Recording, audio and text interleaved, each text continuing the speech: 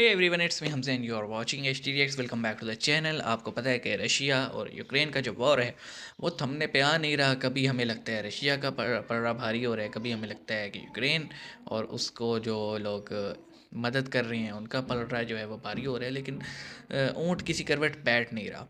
तो अभी एक डेवलपमेंट हुई थी पिछले दिनों में कि ज़ेलेंस्की जो हैं, जो कि प्रेसिडेंट हैं यूक्रेन के, और फ्रंट फुट पे लीड कर रहे हैं बंदे की। एक बात तो माननी पड़ेगी, पॉलिटिशियन है लेकिन फिर भी भागा नहीं। नॉर्मली क्या होता है, किसी मुल्क पे हमला, वो पॉलिटिशियंस भाग जाते हैं। वो भागा नहीं, उसने कहा कि मैं फ़ौज के साथ लड़ूंगा। हाउ डेयर यू प्यूटन तेरी।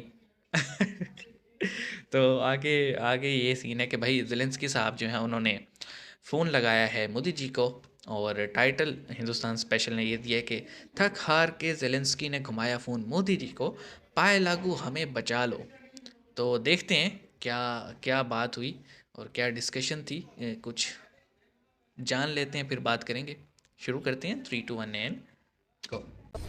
हेलो फ्रेंड्स, जय हिंद। हिंदुस्तान स्पेशल में आपका स्वागत हेलो। है। दोस्तों, यूक्रेन के राष्ट्रपति व्लादिमीर जेलेंस्की ने सोमवार को भारतीय prime minister Zelensky. Narendra Modi से फोन पर बात की।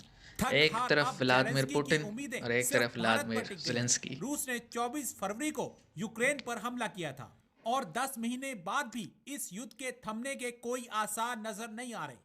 यूक्रेनी नहीं आ रहे, राष्ट्रपति साल जेलेंस्की ने होने वाले। अपनी टीवी संबोधन में कहा, आज मैंने भारत के प्रधानमंत्री नरेंद्र मोदी से फोन पर बात की है। अगले साल भारत G20 का नेतृत्व करेगा। उन्होंने कहा कि भारत रूस की इकोनॉमिकल आक्रामकता को और खत्म करने के लिए सही। महत्वपूर्ण भूमिका निभा सकता है, क्योंकि भारतीय प्राइम मिनिस्टर के रूसी राष्ट्रपति के साथ रिश्ते बहुत अच्छे हैं। अकेला अच्छे भारत ही हैं। इस युद्ध को खत्म करने के लिए अपनी भूमिका निभा कुछ सकता है। कर उन्होंने सकते फोन हैं। कॉल के बाद ट्वीट किया और लिखा कि ट्विटर पर ही उन्होंने अपने शांति फार्मूले का ऐलान किया और अब वह भारत की ओर उम्मीद भरी नजरों से देख रहे हैं। भारत के जो वज़ीर आज़म हैं नरेंद्र मोदी साहब, उन्होंने एक टेलीफोन पॉसिबिलिटी भी कन्वर्सेशन है की इंडिया है कुछ किरदार अदा यूक्रेन कर के सकता है। प्रेसिडेंट ज़ेलेंस्की साहब से। और ये जो कुछ बातें हुई हैं वहाँ पे कि एक तो प्राइम मिनिस्टर जो भारत के हैं वो कह रहे हैं जी हम अपनी पीस एफर्ट्स की तरफ इशारा कर रहे हैं कि हम नाइस वो वेस्ट कोशिश कर कोट रहे हैं। सर। दूसरा वो ह्यूमैनिटेरियन अच्छा है। असिस्टेंस की भी बात कर रहे हैं।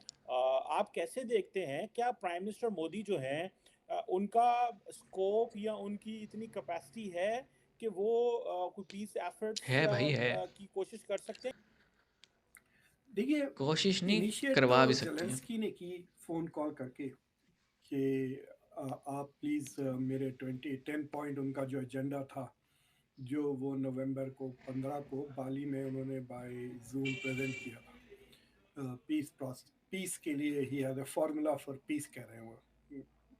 Basically it's a formula for total Russian surrender. लेकिन उसको वो फ़ॉर्मूला फॉर पीस कह रहे हैं और उसका प्रेफ़ेस अटैक भी उसमें तो भी ये रशिया ने कहा की कि है। जंग तो हम कैसे भी जीतेंगे ही, लेकिन why not reach the same outcome peacefully अभी, ताकि लोग ज़्यादा मारे ना जाए। That is his formula. मुझे लगता है कि जब वो यहाँ आए थे वॉशिंगटन में तकरीर करने के लिए द जॉइंट सेशन पे कांग्रेस की, यहाँ पे शायद किसी ने कहा होगा कि भाई one of the things that you need to do is to keep getting G20 की सपोर्ट। और हम्म। अगर वो G20 की सपोर्ट चाहते हैं, which is now perhaps the most powerful forum in the world, मतलब सबसे ज़्यादा अमीर मुल्क और उसमें कोई शक पावरफुल नहीं है। बासर मुल्क वहीं होते हैं। तो अगर आपको G20 का सपोर्ट चाहिए तो you will have to reach out to India. और इंडिया इससे पहले जो यूक्रेन के जो एम्बेसडर थे, उन्हें कोई बहुत ही स्टूपिड से एक दो स्टेटमेंट्स किए थे वो शुरू में इंडिया के ताल्लुक से, लेकिन बाद में उस एम्बेसडर को ज़ेलेंस्की ने विड्रॉ कर लिया। तो उन्होंने, मतलब ये बड़े, जिस तरह से ये यूरोप के ऊपर मॉरली छाए हुए हैं यूक्रेनियंस, वो समझते हैं कि they can adopt the same attitude towards the rest of the world. आप अगर हमारी मदद नहीं कर रहे हैं तो यू आर इविल, इस तरह का उनका पोस्चर है कि आप हमारी मदद कैसा नहीं करते हो, आपको शर्म नहीं आ रही, आप हमारी मदद नहीं कर रहे, आप कितनी ये अरे है, मदद आप मांगने का भी तरीका सेल्फिश होता है हैं। भाई। ये तो इंडिया के बारे में वो कह चुके हैं एक दो बार, इंडिया की ऑयल परचेजेस रशिया के बारे में। तो प्राइम मिनिस्टर मोदी के ज़्यादा स्टेटमेंट्स तो नहीं है यूक्रेन को लेकर। मतलब वो उनकी सब लोग वही स्टेटमेंट दोहराते रहते हैं जो उन्होंने पुतिन को कहा उज़्बेकिस्तान में समरकंद में कि the end this is not the era of war, तो they have taken that as criticism of Russia, और ये कहना कि India is moved out of the Russian camp. आपको पता है कि बीच में रशिया के पास से काफ़ी बातें आ रही थी about use of nuclear weapons, तो उस पे हम्म। भी इंडिया ने थोड़ा वो बहुत तो अभी भी क्रिटिसिज्म कह रहे किया भाई, था, लेकिन उसके बाद से बंद हो गई और हैं कुछ ये पता भी सारी नहीं है चीज़ें। पुतिन साहब चला सो रहे। There is a assumption that maybe India and China can put some pressure on Russia. तो ज़ेलेंस्की को मुझे लगता है वाशिंगटन में किसी ने समझा दिया that if you want UK's reconstruction on the G20 agenda, you have to go and पाव लागू in Delhi. तो वो फोन कॉल उसी का था कि please help us out, India can help हाँ, अस वो ऑन पाए द लागू तो पीस, करना पड़ेगा एटलीस्ट ये फार्मूला गुरु पीस जी को। फार्मूला लगाए। But they are probably hoping के India might start some kind of negotiations with Putin. जी, तो बड़ा डिटेल में उन्होंने बात की, और कुछ टाइम पहले की जो बयानात थे उनका भी जिक्र किया। द थिंग इज़ देखें, अ, हमें जो रशिया से जो मुझे ऑब्जेक्शन है ना, मेरे वैसे ऑब्जेक्शन का कोई फ़र्क तो नहीं पड़ता, लेकिन मैं ये समझता हूँ कि आपने एक डिफाइंड बॉर्डर है, मतलब जब सोवियत टूटा था उसके बाद ही एक मॉडर्न वर्ल्ड जो आया, तो एक डिफाइंड बॉर्डर है। अगर आपका उस एरिया पे क्लेम था तो उसके बहुत सारे तरीके हैं। आप पहले उस एरिया में रेफरेंडम करवा लेते, पहले आवाम की राय जान लेते। अगर आवाम आपके साथ होती फिर आप इंटरनेशनल फोरम्स पे और डिफरेंट जगह जो है ना, डिफरेंट तरीके होते हैं, यूएन के थ्रू आप कोई बात कर सकते थे। लेकिन इम्प्रेशन इस वक्त ये आ रहा है कि रशिया ने ये कहा कि मैं हूँ वर्ल्ड की सेकंड मोस्ट बेस्ट पावर, तो तुम क्या हो भाई, और उन्होंने कर दी चढ़ाई। अब वो उनका सोचना तो ये था कि कहाँ रशिया, कहाँ फितूसा और यूक्रेन, तो हम धो देंगे। और पीछे जो नाटो और जितनी भी यूएस की फोर्स एलाइड थे उन्होंने भी रशिया को झाड़ पे चढ़ा रखा था, सॉरी यूक्रेन को, कि हाँ भाई हाँ, तूने टेंशन नहीं लेनी, हम खड़े हैं तेरे साथ। और जब अटैक हो गया, देवर लाइक कि हम फिज़िकली तेरे से लड़ नहीं सकते, नहीं तो जंग शुरू हो जाएगी, हम तेरी मदद कर सकते हैं।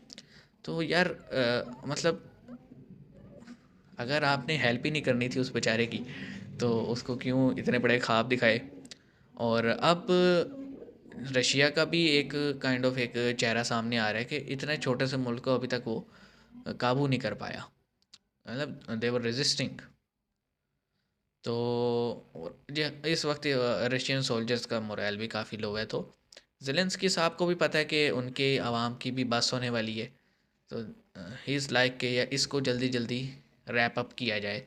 और वो डिफरेंट फोरम्स पे वाइट हाउस पे गए हैं, यूएन की असम्बलीज में भी उन्होंने बात की है, और अब उनको किसी ने कहा है और सही कहा है, क्योंकि इस वक्त जो रशिया के साथ सबसे बड़ी फोर्स खड़ी है वो इंडिया ही है।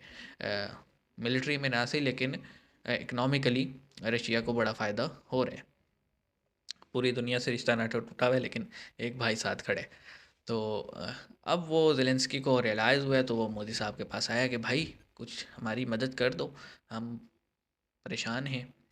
और उसको ये भी पता है, वो ऐसे नहीं आया, उसको पता है कि G20 की प्रेसिडेंसी अब इंडिया के पास है, तो एक साल इम्पॉर्टेंट है। और हो सकता है अगर ये कन्फ्लिक्ट इसी तरह चलता रहा तो नेक्स्ट ईयर वो ब्राज़ील के पास भी जाएगा, पॉसिबिलिटी है।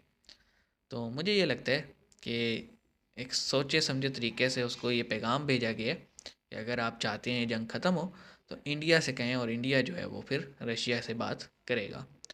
बाकी लेट्स जस्ट होप कि ये इंसान कहीं भी मरे, अच्छी बात तो नहीं है, और पीसफुली मामला हल हो जाएं, यूक्रेन को उसके एरियाज़ वापस मिल जाएं, और इकॉनमी उनकी वैसे बड़ी बैडली हर्ट हुई है।